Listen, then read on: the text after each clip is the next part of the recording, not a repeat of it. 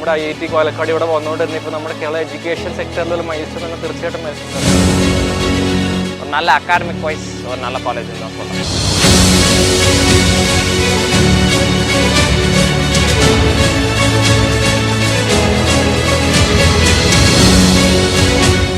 ഇന്ത്യയിലെ ഏറ്റവും സാക്ഷരതയുള്ള സംസ്ഥാനം ഏതാണെന്ന് ചോദിച്ചാൽ അതിനുള്ള ഉത്തരമാണ് 94% സാക്ഷരതാ നിരക്കുള്ള നമ്മുടെ കൊച്ചു കേരളം.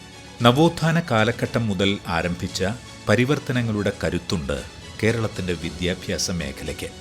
സംസ്ഥാനത്തെ ഉന്നത വിദ്യാഭ്യാസ മേഖലയെ പ്രോത്സാഹിപ്പിക്കുന്നതിനായി കേന്ദ്ര സർക്കാർ കേരളത്തിന് സമ്മാനിച്ച സ്ഥാപനമാണ് IIT പാലക്കാട്.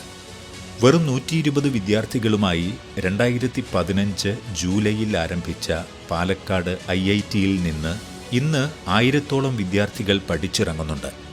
10 വർഷം പൂർത്തിയാവുന്നതോടെ 5000 വിദ്യാർത്ഥികളുള്ള മൾട്ടി ഡിസിപ്ലിനറി സ്ഥാപനമായി മാറാനാണ് IIT പാലക്കാട് ലക്ഷ്യമിടുന്നത്. இது ஒரு நல்ல கேம்பஸ் தான். நான் கேரளா பற்றி நிறையா கேட்டிருக்கேன். நல்ல ஒரு செழிப்பான கேம்பஸ், நல்ல கனெக்டிவிட்டி இருக்குது. இங்கே பேசிக்காக கோயம்புத்தூர் போகணுன்னா போகலாம், இங்கே பாலக்காடு இருக்குது, அது ஒரு நல்ல விஷயம். அண்ட் அகாடமிக்ஸ்னு பார்த்தா புது IITன்னு இல்லை, ஏன்னா நிறைய பேர் மெட்ராஸ்லேருந்து ப்ரொஃபஸர்ஸ்லாம் வந்திருக்காங்க. ஸோ ஒரு புது IITன்ற ஃபீல் இல்லாமல் ஒரு நல்ல அகாடமிக் வைஸ் ஒரு நல்ல காலேஜ்னு தான் சொல்லலாம். ഉന്നത വിദ്യാഭ്യാസ സ്ഥാപനങ്ങളെ സഹായിക്കാൻ ലക്ഷ്യമിട്ടുള്ള പ്രധാനമന്ത്രി ഉച്ചതർ ശിക്ഷാ അഭിയാന്റെ ആനുകൂല്യങ്ങൾ പാലക്കാട് IITക്കും ലഭിക്കുന്നതിനായി 2020 ദേശീയ വിദ്യാഭ്യാസ നയം നടപ്പാക്കണമെന്ന് കേരള സർക്കാരിനോട് ആവശ്യപ്പെട്ടിരിക്കുകയാണ് കേന്ദ്ര സർക്കാർ. ഇപ്പോൾ നമ്മുടെ ഈ കേരളത്തിലെ വിദ്യാഭ്യാസ മേഖല നോക്കിക്കഴിഞ്ഞാൽ ഇപ്പോൾ ഒരുപാട് ഇപ്പോൾ എൻ്റെ കൂടെ പഠിച്ച സ്കൂൾ ഫ്രണ്ട്സ് ആയാലും ശരി, കോളേജിൽ പഠിച്ചവരായാലും ശരി, ഇപ്പോൾ പുറത്തേക്ക് പോകുന്ന ഒരുപാട് അവസ്ഥയാണ്. ഇപ്പോൾ എബ്രോഡ് കൺട്രീസ്, കാനഡയിലും അതുപോലെ UK പോകുന്ന അവസ്ഥയാണ്. പക്ഷേ ഇപ്പോൾ നമ്മുടെ IIT പാലക്കാട് ഇവിടെ വന്നുകൊണ്ടിരുന്ന ഇപ്പോൾ നമ്മുടെ കേരള എഡ്യൂക്കേഷൻ സെക്ടറിൽ മൈൽസ്റ്റോൺ തന്നെ തീർച്ചയായിട്ടും മൈൽസ്റ്റോൺ തന്നെയാണ്. കാരണം ആ ഒരു രീതിയിലുള്ള എഡ്യൂക്കേഷൻ സെക്ടറാണ് ഇവർ നമുക്ക് ഇവിടെ നമുക്ക് പകർന്നു തരുന്നത് തന്നെ. ഇന്ത്യൻ ഭരണഘടനയുടെ ആർട്ടിക്കിൾ 275(1) പ്രകാരമാണ് കേന്ദ്ര ഗ്രാന്റുകളോടെ സംസ്ഥാനങ്ങളിലും കേന്ദ്രഭരണ പ്രദേശങ്ങളിലും ഏകലവ്യ മോഡൽ റെസിഡൻഷ്യൽ സ്കൂളുകൾ സ്ഥാപിക്കപ്പെട്ടത്.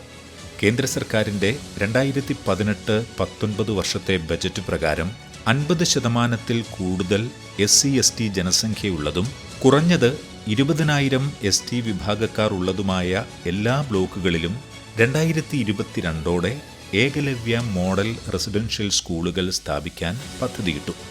ഇതിൻ്റെ ഭാഗമായി ഇടുക്കിയിലേതുൾപ്പെടെ 4 EMRS സ്കൂളുകൾ കേരളത്തിന് ലഭിച്ചു. സംസ്ഥാനത്തെ എല്ലാ വിഭാഗം ജനങ്ങൾക്കും വിദ്യാഭ്യാസം ഉറപ്പാക്കുന്നതിനും മിടുക്കരായ വിദ്യാർത്ഥികൾക്ക് കേരളത്തിനകത്ത് തന്നെ ഉന്നത പഠനം പൂർത്തിയാക്കുന്നതിനും ആവശ്യമായ നടപടികൾ കേന്ദ്ര സർക്കാർ സ്വീകരിച്ചിട്ടുണ്ട്. ക്രിസ്ത്യൻ സമൂഹം ഉൾപ്പെടെ എല്ലാ ന്യൂനപക്ഷങ്ങളുടെയും സാമൂഹിക സാമ്പത്തിക ഉന്നമനത്തിനും വിദ്യാഭ്യാസത്തിനും അവർക്ക് തൊഴിലവസരങ്ങൾ നൽകാനും നടപടികൾ സ്വീകരിച്ചു. അടുത്തിടെ കാസർഗോഡുള്ള കേന്ദ്ര സർവകലാശാലയിൽ പുതിയ ബ്ലോക്കുകൾ നിർമ്മിച്ചതുൾപ്പെടെ രാജ്യത്തുടനീളമുള്ള ഉന്നത വിദ്യാഭ്യാസ സ്ഥാപനങ്ങളിൽ ഹോസ്റ്റലുകൾ, അക്കാദമിക് ബ്ലോക്കുകൾ, അഡ്മിനിസ്ട്രേറ്റീവ് കെട്ടിടങ്ങൾ, ലൈബ്രറികൾ, ഓഡിറ്റോറിയങ്ങൾ തുടങ്ങിയ മെച്ചപ്പെട്ട അടിസ്ഥാന സൗകര്യങ്ങൾ കേന്ദ്ര സർക്കാർ ഉറപ്പുവരുത്തിയിട്ടുണ്ട്. പട്ടികവർഗ വിഭാഗത്തിൽപ്പെടുന്ന കുട്ടികൾക്ക് ഗുണനിലവാരമുള്ള വിദ്യാഭ്യാസം നൽകുക എന്ന ലക്ഷ്യത്തോടെ കേന്ദ്ര സർക്കാർ ദേശീയ വിദ്യാഭ്യാസ സൊസൈറ്റിയും ഏകലവ്യ മോഡൽ റെസിഡൻഷ്യൽ സ്കൂളുകളും സ്ഥാപിച്ചു. EMRSകൾ 6ാം ക്ലാസ് മുതൽ 12ാം ക്ലാസ് വരെയുള്ള ST വിഭാഗത്തിലുള്ള കുട്ടികൾക്ക് താമസവും സൗജന്യ വിദ്യാഭ്യാസവും നൽകുന്നു. വിദ്യാഭ്യാസ മേഖലയിലെ അടിസ്ഥാന സൗകര്യങ്ങൾ മെച്ചപ്പെടുത്തുന്നതിലും പുതിയ വിദ്യാഭ്യാസ സൗകര്യങ്ങൾ ഒരുക്കുന്നതിലും മോദി സർക്കാർ ശ്രദ്ധ ചെലുത്തി. വിദ്യാഭ്യാസ മേഖലയിൽ പശ്ചാത്തല സൗകര്യ വികസനത്തിനും മറ്റുമായി കേന്ദ്ര സർക്കാർ നടത്തുന്ന പദ്ധതികൾ കേരള ജനതയെ കൂടുതൽ ശാക്തീകരിക്കും.